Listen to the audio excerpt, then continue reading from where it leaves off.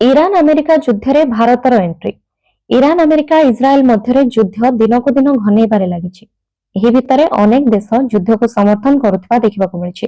କୁହାଯାଉଛି ଭାରତ ମଧ୍ୟ ଯୁଦ୍ଧରେ ସାମିଲ ହୋଇଛି। ଭାରତ ନିଜ ବନ୍ଦରକୁ ବ୍ୟବହାର କରିବାକୁ ଆମେରିକାକୁ ଦେଇଛି, ଯେଉଁଥିରେ ଆମେରିକା ଇରାନକୁ ମିସାଇଲ ମାଡ଼ କରୁଛି। ଇରାନ ଆମେରିକା ଇସ୍ରାଏଲ ବିବାଦ ମଧ୍ୟରେ ଭାରତ ଏକ ପ୍ରମୁଖ ଗୁଜବକୁ ସ୍ପଷ୍ଟ ଭାବରେ ଖାରଜ କରିଛି। ବୈଦେଶିକ ବ୍ୟାପାର ମନ୍ତ୍ରଣାଳୟ କହିଛି ଯେ ଆମେରିକା ଇରାନ ଉପରେ ଆକ୍ରମଣ କରିବା ପାଇଁ ଭାରତୀୟ ବନ୍ଦର କିମ୍ବା ନୌସେନା ଘାଟି ବ୍ୟବହାର କରୁନାହିଁ। ଏହା ଦାବି ସମ୍ପୂର୍ଣ୍ଣ ମିଥ୍ୟା। ପରବର୍ତ୍ତୀ ଖବର, ବଢୁଛି ତାତି, ହୁତୁହୁତୁ ହୋଇ ଜଳୁଛି ଜଙ୍ଗଲ। ରାଜ୍ୟରେ ଏବେ ଗ୍ରୀଷ୍ମର ପ୍ରକୋପ ବଢିବା ସାଙ୍ଗକୁ ଜଙ୍ଗଲ ନିଆଁ ଏବେ ଚିନ୍ତାର କାରଣ ପାଲଟିଛି। ବୌଦ୍ଧରୁ କୋରାପୁଟ, କେନ୍ଦୁଝରରୁ ଉଦଳା ସବୁଠି ଜଳୁଛି ଜଙ୍ଗଲ। ହୁତୁହୁତୁ ହୋଇ ଜଳୁଛି ସଂରକ୍ଷିତ ବନାଞ୍ଚଳ। କେନ୍ଦୁଝର ବନଖଣ୍ଡର ବିଭିନ୍ନ ସଂରକ୍ଷିତ ଜଙ୍ଗଲରେ ଲାଗିଛି ନିଆଁ। ଅନେକ ଜଙ୍ଗଲରେ ଏହି ନିଆଁ ବନ ବିଭାଗର ନିଦ ହଜାଇ ଦେଇଛି। ବିଭାଗ ପକ୍ଷରୁ ନିଆଁକୁ ଆୟତ୍ତ କରିବା ପାଇଁ ସମସ୍ତ ଉଦ୍ୟମ ଜାରି ରହିଥିଲେ ହେଁ ଏପର୍ଯ୍ୟନ୍ତ ସଫଳତା ମିଳିନାହିଁ। ଶୁଖିଲା ପତ୍ର ଯୋଗୁଁ ନିଆଁ ଗୋଟିଏ ପାହାଡରୁ ଅନ୍ୟ ପାହାଡକୁ ଡେଉଁଛି। ସେପଟେ ମୟୂରଭଞ୍ଜ କପ୍ତିପଦା ବନାଞ୍ଚଳରୁ ଆସିଛି ଭୟଙ୍କର ଚିତ୍ର। କଟୁରିଆ ଏବଂ ଶାଣଦେଇ ସଂରକ୍ଷିତ ଜଙ୍ଗଲ ଏବେ ନିଆଁର କବଳରେ। ପତ୍ରଝଡା ଋତୁ ହୋଇଥିବାରୁ ତଳେ ପଡିଥିବା ଶୁଖିଲା ପତ୍ର ନିଆଁକୁ ବ୍ୟାପିବାରେ ଇନ୍ଧନ ସଦୃଶ କାମ କରୁଛି। ପରବର୍ତ୍ତୀ ଖବର, ଆୟାତୁଲ୍ଲା ଅଲି ଖେମେନୀଙ୍କ ନିଧନରେ ଭାରତର ଶୋକ। ଇରାନର ସର୍ବୋଚ୍ଚ ନେତା ଆୟାତୁଲ୍ଲା ଅଲି ଖେମେନୀଙ୍କ ମୃତ୍ୟୁରେ ଭାରତ ଶୋକ ପ୍ରକାଶ କରିଛି। ଭାରତ ସରକାରଙ୍କ ପକ୍ଷରୁ ବୈଦେଶିକ ସଚିବ ବିକ୍ରମ ମିଶ୍ର କାଲି ଦିଲ୍ଲୀ ସ୍ଥିତ ଇରାନ ଦୂତାବାସରେ ପହଞ୍ଚି ଶୋକ ପୁସ୍ତକରେ ସ୍ୱାକ୍ଷର କରିବା ସହିତ ସ୍ୱର୍ଗତ ଆୟାତୁଲ୍ଲା ଅଲି ଖେମେନୀଙ୍କ ପ୍ରତି ମଧ୍ୟ ସମବେଦନା ଜଣାଇଛନ୍ତି। ଉଲ୍ଲେଖନୀୟ, 1989 ମସିହାରୁ ଇରାନର ସର୍ବୋଚ୍ଚ ରାଜନୈତିକ ଓ ଧାର୍ମିକ ନେତା ରହିଆସିଥିଲେ ଆୟାତୁଲ୍ଲା ଅଲି ଖେମେନୀ। ଫେବୃଆରୀ 28 ତାରିଖରେ ଆମେରିକା ଇସ୍ରାଏଲ ଏୟାର ଷ୍ଟ୍ରାଇକରେ 86 ବର୍ଷ ବୟସରେ ତାଙ୍କର ମୃତ୍ୟୁ ହୋଇଛି। ଏହି ମିଳିତ ଆକ୍ରମଣରେ ଖେମେନୀଙ୍କ ଗୁପ୍ତ ଠିକଣା ଉପରେ 30ଟି କ୍ଷେପଣାସ୍ତ୍ର ମାଡ଼ ହୋଇଥିଲା। ପରବର୍ତ୍ତୀ ଖବର, ହୋହାଲ୍ଲା କରୁଥିଲେ ପାକିସ୍ତାନୀ, ଆମେରିକା ଆସିଲା ଗୁଳି ମାରିଲା। ଇରାନର ସୁପ୍ରିମ ଲିଡର ଆୟାତୁଲ୍ଲା ଅଲି ଖେମେନୀଙ୍କ ହତ୍ୟା ପରେ ପାକିସ୍ତାନର କରାଚିରେ ଯେମିତି ପ୍ରତିବାଦକାରୀ ଆକ୍ରୋଶରେ ଆସିଯାଇଥିଲେ। ସାଧାରଣ ନାଗରିକ ଚାରିଆଡେ ଭଙ୍ଗାରୁଜା କରିବା ଆରମ୍ଭ କରିଦେଇଥିଲେ, ଯାହାର ଜବାବ ଆମେରିକା ପୋଲିସ ଗୁଳି ଚଳାଇ ଦେଇଥିଲା। ଆଉ ଏହାର ସୂଚନା ପାକିସ୍ତାନର ସିନ୍ଧ ସରକାରଙ୍କ ଜଣେ ମୁଖପାତ୍ର ଦେଇଛନ୍ତି। ଏହି ଗୁଳିକାଣ୍ଡ ଭିତରେ ଅତି କମରେ 22 ଜଣ ପାକିସ୍ତାନୀ ସାଧାରଣ ନାଗରିକଙ୍କ ମୃତ୍ୟୁ ହୋଇଥିଲା। ରାଜ୍ୟ ସରକାର ଏହା ତଦନ୍ତ କରିବାକୁ ପ୍ରତିଶ୍ରୁତି ଦେଇଛନ୍ତି। ତେବେ କେନ୍ଦ୍ରର ଶାହବାଜ ସରିଫ ସରକାର ଏହାକୁ ନେଇ ନୀରବ ରହିଛନ୍ତି। କୁହାଯାଉଛି ଯେ ପାକିସ୍ତାନ ସରକାର ଏ ବିଷୟରେ ପାଟି ଖୋଲି ଆମେରିକାର ଶତ୍ରୁ ହେବାକୁ ଚାହୁଁନାହିଁ। ପାକିସ୍ତାନର ସିନ୍ଧ ସରକାରଙ୍କ ମୁଖପାତ୍ର ସୁଖଦେବ ହେମନାନୀ ସାମ୍ବାଦିକମାନଙ୍କ ସହ କଥାବାର୍ତ୍ତା କରି କହିଛନ୍ତି, କରାଚିରେ ଆମେରିକୀୟ କନସୁଲେଟ ନିକଟରେ କିଛି ଲୋକ ପ୍ରଦର୍ଶନ କରିଥିଲେ। ଏହି ସମୟରେ ଆମେରିକୀୟ ମେରାଇନ ଗାର୍ଡ କର୍ମଚାରୀମାନେ ଗୁଳି ଚଳାଇଥିଲେ, ଯେଉଁଥିରେ 22 ଜଣଙ୍କର ମୃତ୍ୟୁ ହୋଇଥିଲା।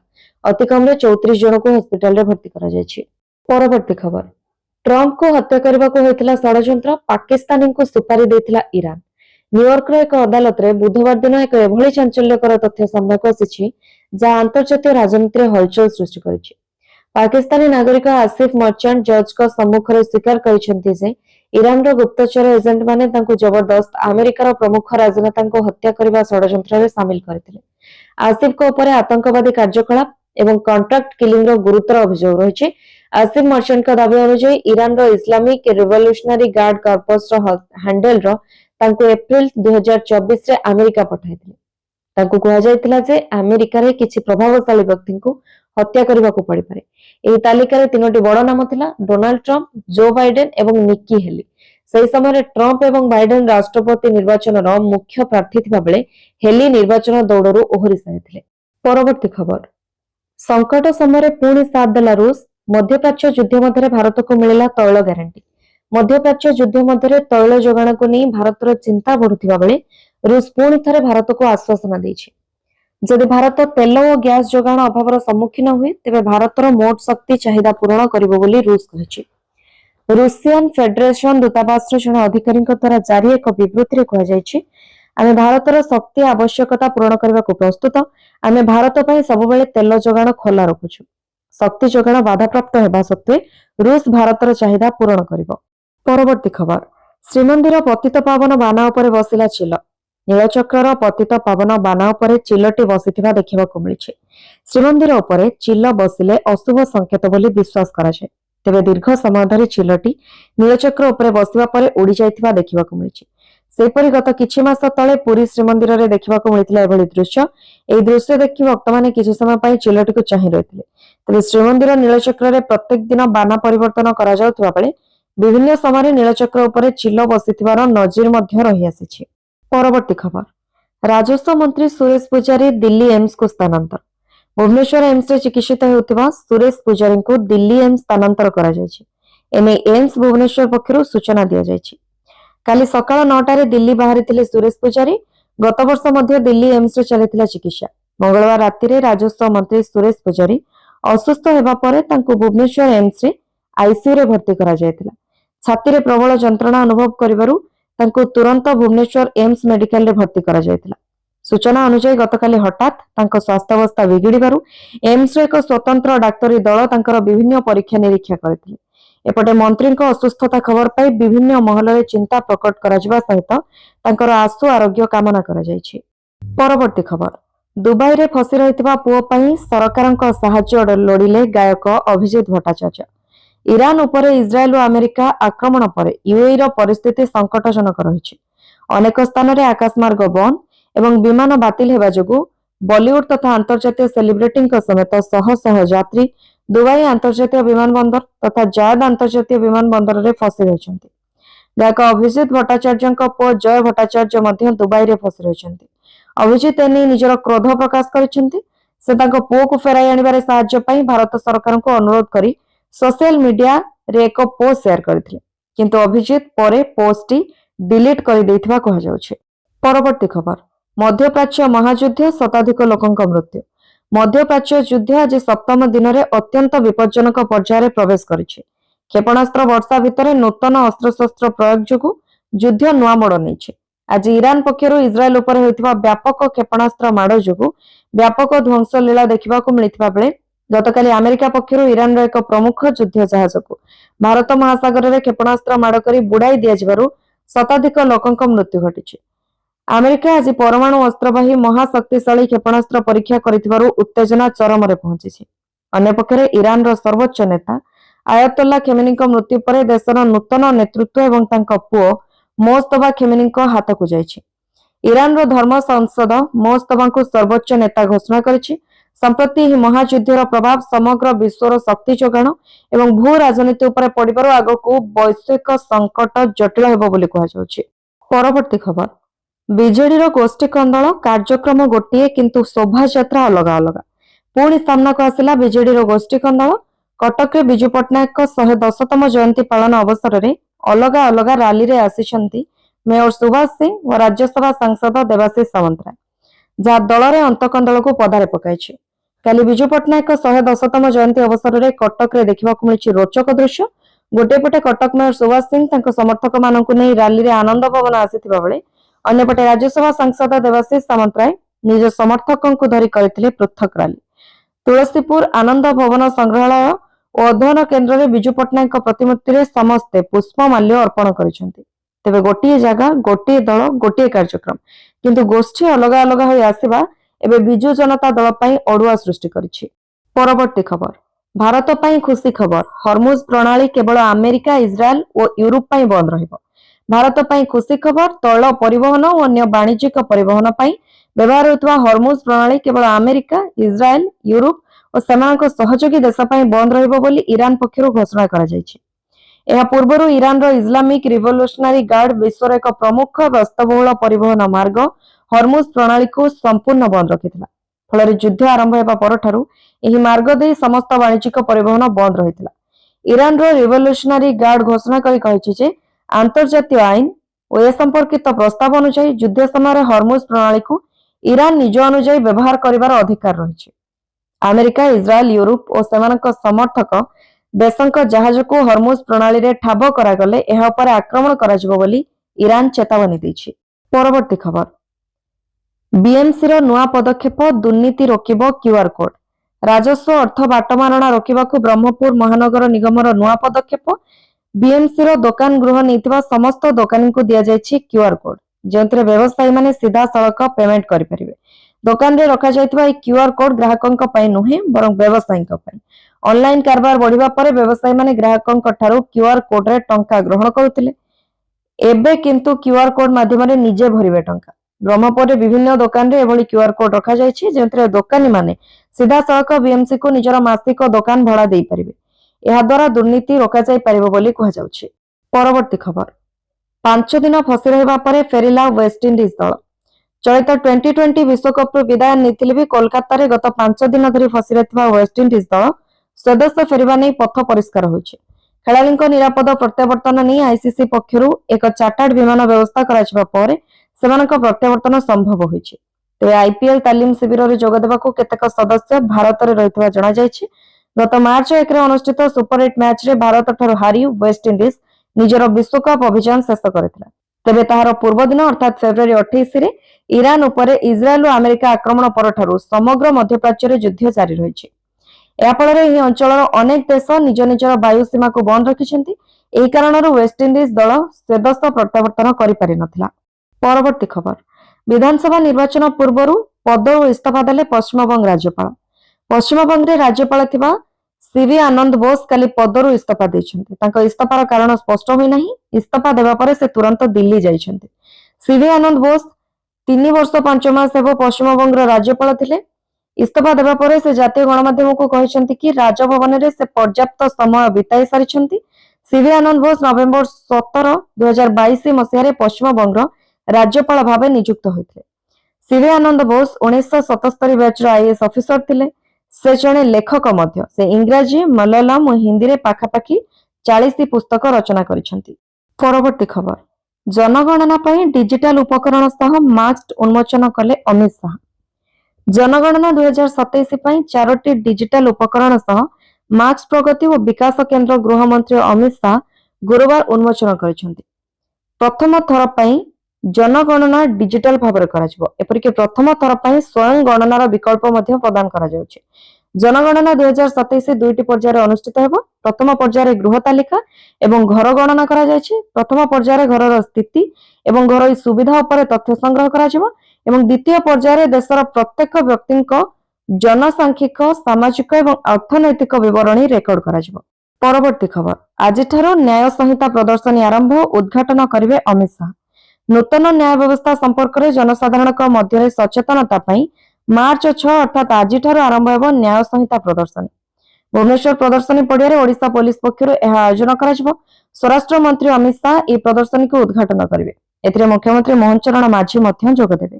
जनसाधारणक निमते मार्च 7 रु 10 तारिख पर्यंत एही प्रदर्शनी खोला रहिबो बोली राज्य आरक्षी महानिर्देशक जोगेश बहादुर खुरानिया सूचना दैछन्ती। परवर्ती खबर राज्यसभा निर्वाचन नामांकन भरिले बीजेपी प्रार्थी मनमोहन सुजित। राज्यसभा पई नामांकन दाखल कले दुई बीजेपी प्रार्थी मनमोहन सामल एवं सुजित कुमार। सेपरि स्वाधीन प्रार्थी भावे वरिष्ठ नेता दिलीप राय नामांकन करिसन्ती। विराट पटुआर रे शोभायात्रा रे आसी मुख्यमंत्री उपस्थिति रे रिटर्निंग ऑफिसर निकट में समस्ते प्रार्थीपत्र दाखल करिसन्ती। राज्यसभा चतुर्थ आसन पई रोचक लड़ई हेबो। डाक्टर दत्तेश्वर होता एवं दिलीप राय मध्य बराबर टक्कर देखा मिलिबो। दिलीप को स्वाधीन प्रार्थीत्व को बीजेपी समर्थन करिबो। सेपरि बीजेडी और कांग्रेस बल रे दत्तेश्वर लड़िबे। 2002 रे दिलीप राय स्वाधीन प्रार्थी भाव राज्यसभा को निर्वाचित होइतिले। सेतेबेले बीजेडी रो विरोध सत्वे क्रॉस वोटिंग रे दिलीप बाजी मारिथिले। तेणु दिलीप राय को एंट्री राज्यसभा वोट गणति बड़ रोचक करिबो बोली आलोचना होउछि। दिलीप 3 थर विधायक और 2 थर राज्यसभा सांसद हेबा सह मंत्री मध्ये होइछन्ति। परवर्ती खबर मुख्य शासन सचिव अनु गर्ग अध्यक्षतार सचिव स्तरीय समीक्षा बैठक। राज्य मुख्य शासन सचिव श्रीमती अनु गर्ग अध्यक्षतार सचिव स्तरीय बैठक काली पूर्वाह्न खारबेल भवन स्थित सम्मेलन कक्ष में अनुष्ठित होइछि। ए बैठक में राज्यर आर्थिक स्थिति एवं 2026 फेब्रुआरी मास शेष सुधा होइतिबा 2025-26 आर्थिक वर्षर बजेट अनुमोदित खर्च अग्रगति संपर्क में विस्तृत समीक्षा करा जायतिला। मुख्य शासन सचिव समस्त विभाग को धार्य समय चलित मास शेष सुधा बजेट अनुमोदन हिसाब रे खर्च उपयोग करबा एवं आगामी 2026-27 आर्थिक वर्ष पई बजेट रे प्रस्तावित नूतन योजना और कार्यक्रम गुड़िकर सफल रूपायन पाई प्रस्तुति करने को विशेष दृष्टि देवा आवश्यक निर्देशक और परामर्श दैछन्ति। बैठक में उन्नयन कमिशनर तथा अतिरिक्त मुख्य शासन सचिव श्री देवरंजन कुमार सिंह, विभिन्न विभागर अतिरिक्त मुख्य शासन सचिव, प्रमुख शासन सचिव एवं कमिशनर तथा शासन सचिव माने उपस्थित थिले। परवर्ती खबर भयंकर रूप नेउछि पाकिस्तान अफगानिस्तान युद्ध भारत को सतर्क कराइला गोइंदा विभाग। पाकिस्तान और अफगानिस्तान मध्य उत्तेजनामूलक परिस्थिति मध्य भारत मध्यकु आतंकवादी माने प्रवेश करने को नहीं गोइंदा विभाग सतर्क कराइछि। भारतीय सीमार सुरक्षा व्यवस्था कड़ाकड़ी करा जायतिबा बेले विभिन्न सुरक्षा संस्था गुड़िक हाई अलर्ट रखा जायछि। भारतीय गोइंदा संस्था गुड़िकर सूचना अनुसार प्राय 1000 रु 1500 आतंकवादी जम्मू काश्मीर निकटस्थ भारतीय सीमारेखा निकटरे अनुप्रवेश लगी अपेक्षा करिसेंति। उत्तेजनामूलक परिस्थितिर समाधान पाई अफगानिस्तान पक्षरु आलोचना निमंते प्रस्ताव दिया जायथिले मध्य पाकिस्तान पक्षरु कोनोसी जवाब मिलि पारि नाही। एभली स्थितिरे लश्कर ए तैयबा एवं जैशे मोहम्मद भली आतंकवादी गोष्ठी गुड़िक सक्रिय होइथिबा जଣା पड़िছে। सूचनायोग्य ऑपरेशन सिंधु रे उभय आतंकवादी गोष्ठीर अनेक सदस्य मृताहत हेबा सहित व्यापक भित्तिभूमि नष्ट होइथिला। भारतीय सुरक्षा संस्थार सूचना अनुसार जम्मू काश्मीर सह पंजाब सीमा निकटरे सुरक्षा व्यवस्था कड़ाकड़ी करा जायछि। पाकिस्तान गुरुत्वपूर्ण अभियान लागि योजना करुथिबा बेले भारतर सुरक्षा बल एहाकु प्रतिहत करिबा पई समर्थ बोली कहा जाउछि। युद्ध भितरे प्रधानमंत्री मोदींको बड़ बयान। अमेरिका और इस्राएल पक्षरु ईरान उपरे लगातार आक्रमण जारी रहिछि। आक्रमण को 100 घंटारू अधिक समय बीती सारिछि। विश्व राजनीति रे वर्तमान बहुत किछि बदली सारिछि। एही युद्ध भितरे प्रधानमंत्री नरेंद्र मोदी दैछन्ति बड़ बयान। से कहछन्ति भारत आईनगत शासन आलोचना एवं कूटनीति रे विश्वास करे। कौनसी समस्यार समाधान सामरिक लड़ाई द्वारा होई परिबनी। उल्लेखनीय जे पीएम मोदी को बयान एभली समय आसीछि जेतेबेले अमेरिका और इस्राएल द्वारा ईरान उपरे करा जायतिबा आक्रमण रे ईरान सुप्रीम लीडर खामेनी को मृत्यु होइछि। एहा परे ईरान पालटा आक्रमण करी पश्चिम एशिया रे लगातार विस्फोरण करुछि। परवर्ती खबर ओडिशा आसुछन्ति अमित शाह एकाधिक प्रकल्पर करिवे उद्घाटन और शिलान्यास। 2 दिनिया ओडिशा गस्तरे आसुछन्ति केंद्र गृहमंत्री अमित शाह। स्वतंत्र वायुसेना विमान रे नवा दिल्ली रो आसी ओडिशा रे पहुंचबे शाह। आज कटक रे सीआईएसए प्रतिष्ठा दिवस कार्यक्रम उद्घाटन एवं जटणी रे जातीय फोरेंसिक विज्ञान विश्वविद्यालय एवं केंद्रीय फोरेंसिक विज्ञान परीक्षागार भुवनेश्वर कैंपस पई भूमि पूजन करिवे। एहा परे भुवनेश्वर रे आयोजित न्याय संहिता प्रदर्शनी उद्घाटन करिवे शाह। परवर्ती खबर बिहार राजनीति रे रोचक स्थिति।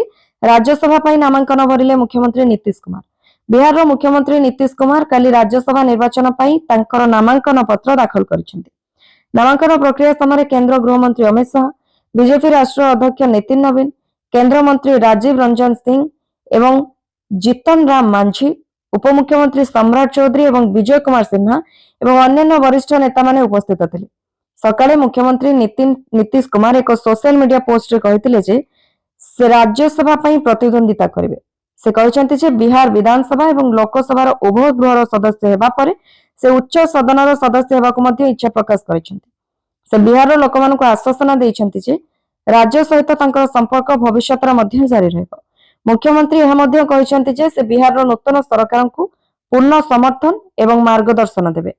परवर्ती खबर ओडिशा राजनीति रे भिन्न एक दृश्य। एकाठी बसिले नवीन पट्टनायक और भक्त दास। तांको भितरे अहिनकुल संपर्क। जणे पूर्व को अनेइले अन्य जणे पश्चिम को हेले सेमाने जे दिने एकाठी हेबे ताहा केही भाबि नथिले। आमे कहूछु कांग्रेस और बीजेडी कथा। राज्यसभा निर्वाचन पई उभय दलर सभापति एकाठी लागी बसिछन्ति। एपर एक विरल दृश्य काली विधानसभार प्रकोष्ठ रे देखिबाकु मिलितला। गुरुवार तिला राज्यसभा निर्वाचन पई नामांकन दाखलर शेष दिन। फल काली कांग्रेस और बीजेडी दैथिबा मिलित प्रार्थी पई दुई दलर सभापति एकाठी होइथिले। प्रार्थी डॉक्टर दत्तेश्वर होतांक नामांकन दाखल बेले रिटर्निंग ऑफिसर को आगरे एही दुई सभापति एकाठी बसिथिले, जाहाको नै राज्य राजनीति रे बेस चर्चा चलिछि। केवल भक्त नहंती कांग्रेस वरिष्ठ नेता नरसिंह मिश्र मध्य सही धाड़ी रे बसिथिले। परवर्ती खबर सोमवार गृह रे अध्यक्षता करिवे नाही बिरला। आसंता सोमवार लोकसभा रे एक विरल मुहूर्त देखिबाकु मिलिबा जेतेबेले ओम बिरला गृह रे उपस्थित रहिबे किंतु अध्यक्षता करिवे नाही। तांको पदरु हटाइबा पई गृह नोटिस ग्रहण करुथिबारु से सदस्य मानक मध्य रे बसिबे। मार्च 9 रे बजेट अधिवेशनर द्वितीय पर्याय पई संसद बैठक बसुथिबारु बिरलांको विरुद्ध रे विरोधी दल आगत करितबा अनास्था प्रस्ताव को लोकसभा रे ग्रहण कराजिबार संभावना रहिछि। परवर्ती खबर वांखड़े रे उड़िला भारतर विजय पताका। टी20 विश्वकप 2026 रे भारत वांखड़े स्टेडियम रे खेला जायतिबा द्वितीय सेमीफाइनल रे इंग्लैंड को परास्त करी फाइनल रे प्रवेश करिछि। ए विजय सहित भारत ए विश्वकप ट्रॉफी ठारू मात्र गोटे पाद दूर रे अछि। आसंता महालड़ाई रे भारत सामना शक्तिशाली न्यूजीलैंड सहित हेबो। प्रथमे बैटिंग करी संजू सैमसन को धुआंधार ଅଣାନବେ ରନ୍ ଏବଂ ଅନ୍ୟ ବ୍ୟାଟରଙ୍କ ସହଯୋଗରେ ଭାରତ 253 ରନ୍ର ଏକ ବିଶାଳ ସ୍କୋର ଛିଡ଼ା କରିଥିଲା। ଏହି ପାହାଡ଼ ସଦୃଶ ଲକ୍ଷ୍ୟକୁ ପିଛା କରି ଇଂଲଣ୍ଡ ଦଳ ଭାରତୀୟ ବୋଲରଙ୍କ ଶାଣିତ ଆକ୍ରମଣ ଆଗରେ ଆତ୍ମସମର୍ପଣ କରିଥିଲା। ଭାରତୀୟ ବୋଲରମାନେ ନିୟମିତ ବ୍ୟବଧାନରେ ୱିକେଟ୍ ନେଇ ଲଣ୍ଡନକୁ ମ୍ୟାଚ୍ରୁ ବାହାର କରିଦେଇଥିଲେ। ପରବର୍ତ୍ତୀ ଖବର, ରାଡାରରୁ ଗାୟବ ବାୟୁସେନାର SU-30 MKI ଫାଇଟର ଜେଟ୍। ଭାରତୀୟ ବାୟୁସେନାର ଲଢୁଆ ବିମାନ SU-30 MKI ଆସାମରେ ରାଡାରରୁ ଗାୟବ ହୋଇଯାଇଛି। ବାୟୁସେନାର ଅଧିକାରୀମାନେ କହିଛନ୍ତି ଯେ ସର୍ଚ୍ଚ ଅପରେସନ ଆରମ୍ଭ ହୋଇଛି। ଉକ୍ତ ମାମଲାରେ ଅଧିକ ସୂଚନା ଦେଇ ଭାରତୀୟ ବାୟୁସେନା ସୋଶାଲ ମିଡିଆ ସାଇଟ୍ ଏକ୍ସରେ ପୋଷ୍ଟ କରିଛି। ଏଥିରେ କୁହାଯାଇଛି ବାୟୁସେନାର ଏକ SU-30 MKI ବିମାନ ନିଖୋଜ ହୋଇଥିବା କୁହାଯାଉଛି। ବିମାନ ଆସାମର ଜୋରହାଟରୁ ଉଡ଼ାଣ ଭରିଥିଲା ଏବଂ ଶେଷ ଥର ପାଇଁ ସନ୍ଧ୍ୟା 7:42ରେ ସମ୍ପର୍କ ହୋଇଥିଲା। ଅଧିକ ସୂଚନା ସଂଗ୍ରହ ଜାରି ରହିଛି। ତଲାସୀ ଓ ଉଦ୍ଧାର ଅଭିଯାନ ଆରମ୍ଭ କରି ଦିଆଯାଇଛି।